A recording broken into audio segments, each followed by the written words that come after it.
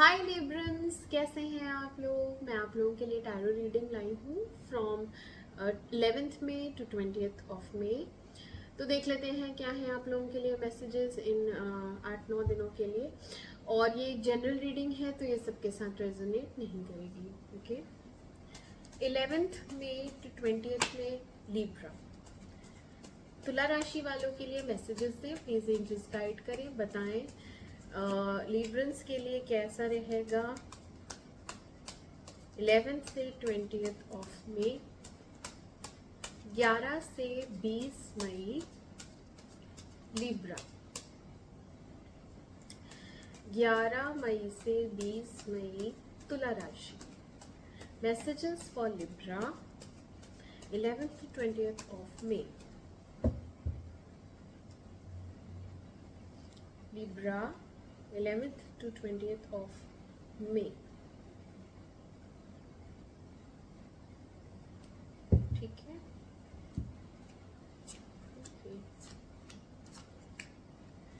Clarify करते हैं इनको। स्ट्रेंथ क्यों आया है,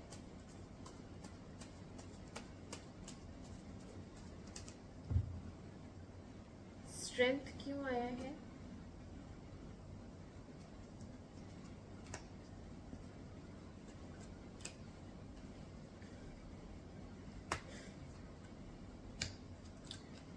हायरोफेंट क्यों आया है,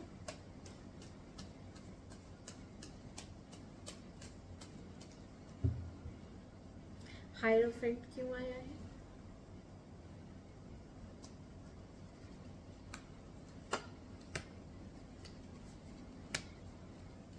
सिक्स ऑफ कप्स क्यों आया है,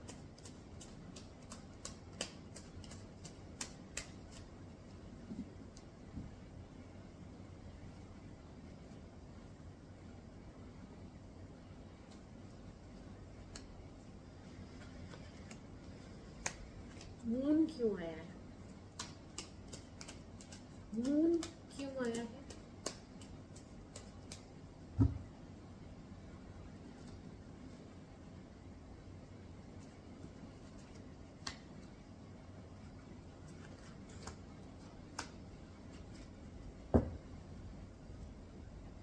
ओके लिब्रंस, तो आपकी रीडिंग स्टार्ट करते हैं। ठीक है, जब 11th में से सब स्टार्टिंग होगी आपकी, तो एक आपके मन में ना डाउट है, किसी चीज़ को लेके कोई डाउट है, कुछ ऐसा है जो अननोन है, जो आपको पता नहीं है, आपको नॉलेज नहीं है, या उसके बारे में आप जानते नहीं हैं।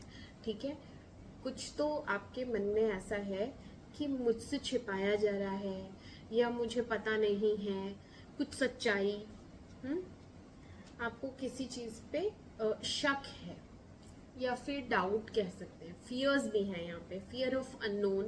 ओके, तो आपको क्लैरिटी चाहिए। आप चाहते हैं कि जितने भी आपने अपने अंदर रिस्ट्रिक्शंस लगा रखे हैं, आप उनको रिस्ट्रिक्शंस को तोड़ दें और उसके बाद देखें कि क्या होता है। यही है आपके मन में कि अगर मैं अपने रिस्ट्रिक्शंस जो मैंने अपने अंदर रखा हुआ है कि मैं इसके प्रति जिम्मेदार हूँ, उसके प्रति जिम्मेदार हूँ, मान लो मैं ये जिम्मेदारियां ना निभाऊं तो क्या होगा, है ना, ये है आपके मन में। हाँ, जिम्मेदारियां, बहुत सारी जिम्मेदारियां हैं और आप बहुत ओवरबर्डन हो रहे हैं, थक रहे हैं। उस चक्कर में आप सोच रहे हैं बहुत ज्यादा कैसे निकलें इस कठिनाई भरे, कठिनाइयाँ बहुत ज़्यादा हैं ज़िंदगी में, बहुत स्ट्रगल है, बहुत ज़्यादा स्ट्रगल है, और सब अकेले आपको जूझना पड़ रहा है।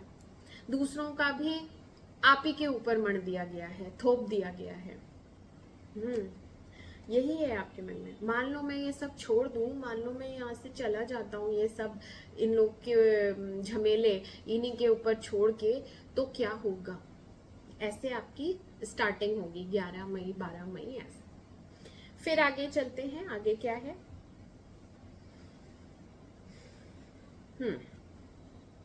अपने को लेके आप बहुत वरिड रहेंगे। आपकी एनर्जीज में यहाँ पे जो जो चीजें आपने सोच रखी हैं, यही काम को लेके, छोड़ने को लेके, या कुछ ऐसा है जो आप गिव अप करना चाहते हैं, आपसे हो नहीं रहा है, अब वो अनबेरेबल हो रहा है, टॉलरेट करना अनबेरेबल हो रहा है। यहाँ पे आपकी टॉलरेंस, आपकी सहन शक्ति जवाब दे गई है। बहुत ज्यादा बर्दाश्त करना पड़ रहा है, बहुत ज्यादा आपको सहना पड़ रहा है, तो अब आपसे सहा नहीं जा रहा है।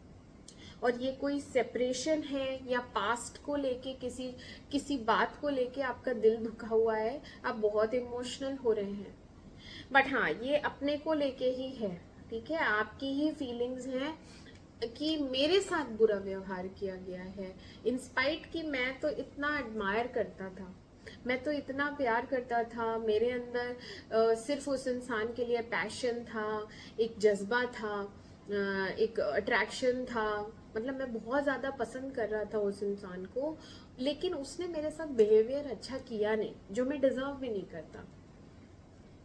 आप अपने लिए बहुत परेशान हैं, और अब मैं कहाँ से इतनी स्ट्रेंथ लाऊं, मैं अपने अंदर कितनी और बर्दाश्त की सीमा होती है ना एक, तो अब मैं और टॉलरेट नहीं कर पा रहा या कर पा रही इस चीज को बेयर करना, इस सेपरेशन को, या पास्ट की वजह से जो आप हर्ट हैं उस चीज को लेके आप बहुत ज्यादा परेशान हैं शुरुआत के दिनों में।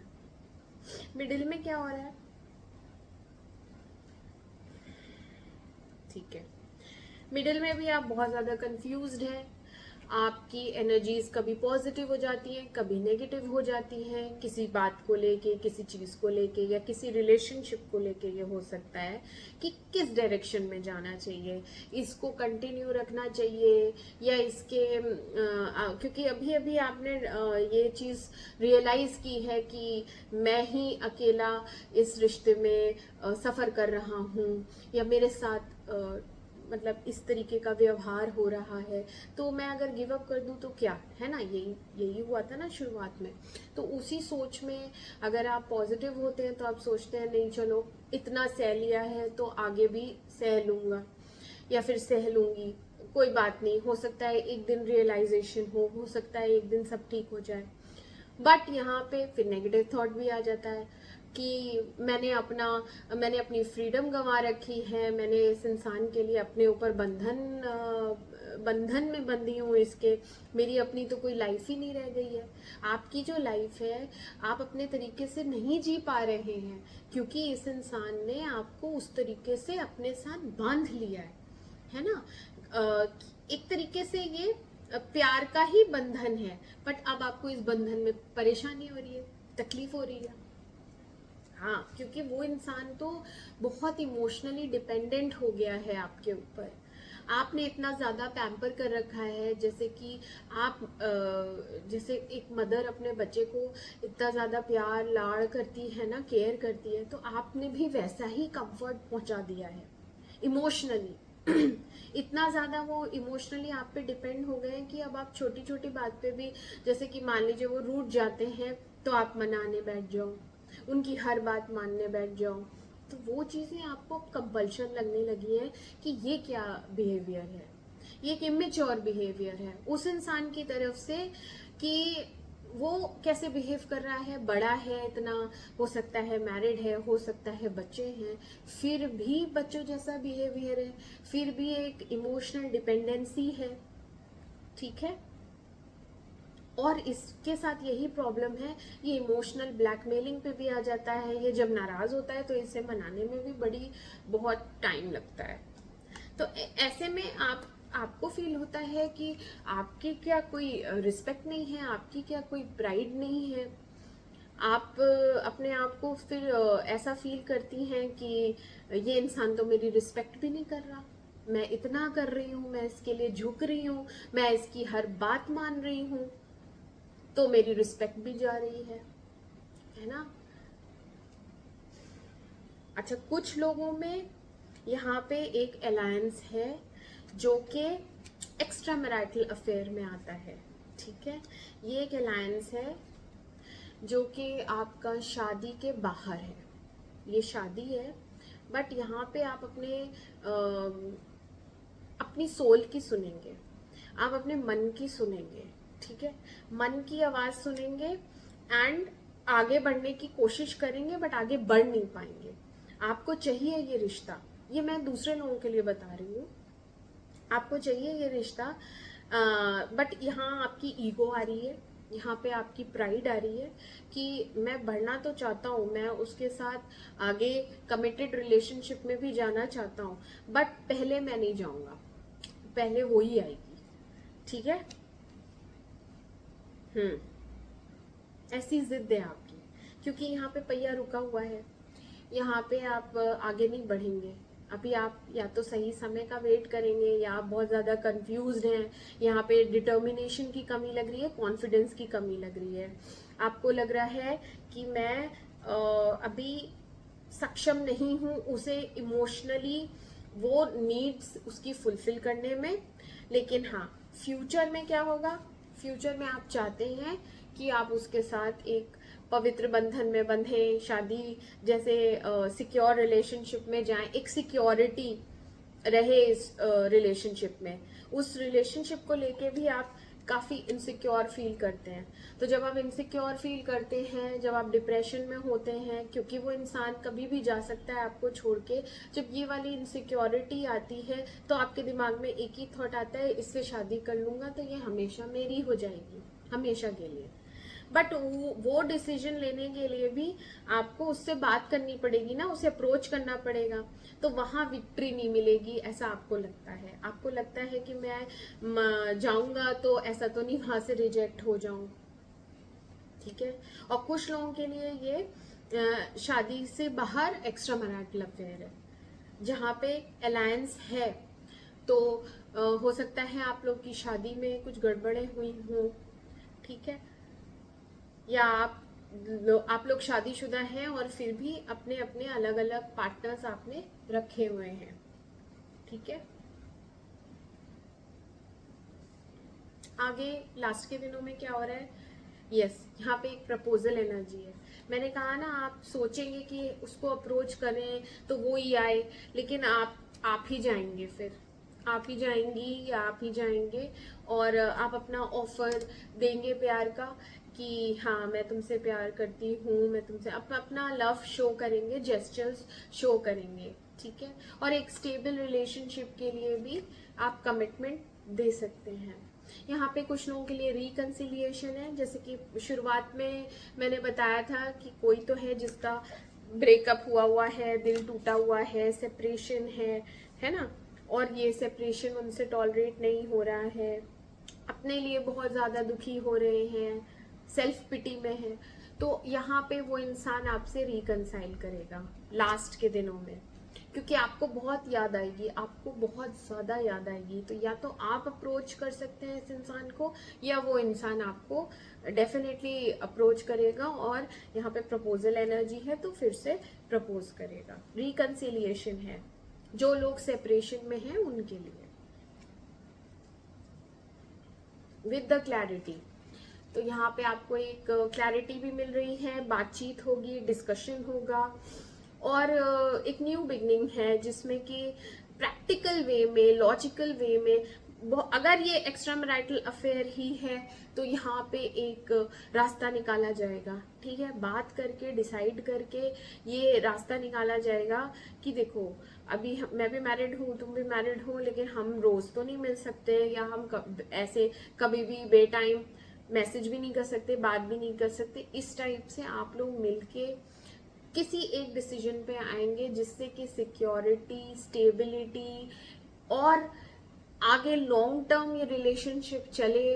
बार बार ऑन ऑफ हो रहा है, बार बार ब्रेकअप हो रहा है या मेकअप हो रहा है, ऐसी सिचुएशन आगे ना आए। ये सारी बातें आप लोग क्लियरली बात करेंगे, क्लैरिटी मिलेगी आपको। कुछ तो सच, जैसे कि मैंने शुरू में भी बोला था, आपको कुछ बातें पता नहीं है, मून है, डाउट्स हैं, फियर्स हैं, तो वो डाउट्स, फियर्स और जो भी हिडन चीजें हैं वो आपके सामने रख दी जाएंगी साफ साफ।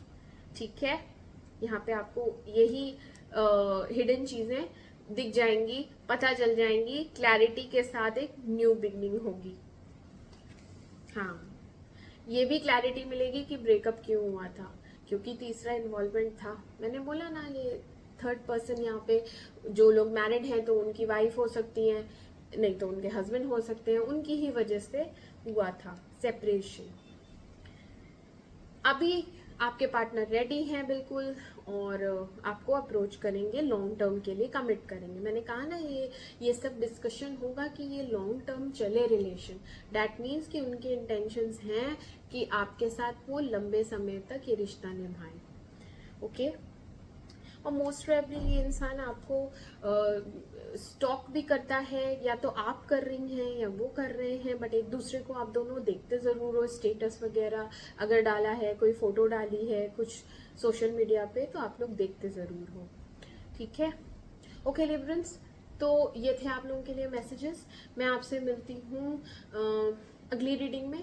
तब तक के लिए मेरे चैनल को लाइक करें, सब्सक्राइब करें। Do take care of your self. Bye bye.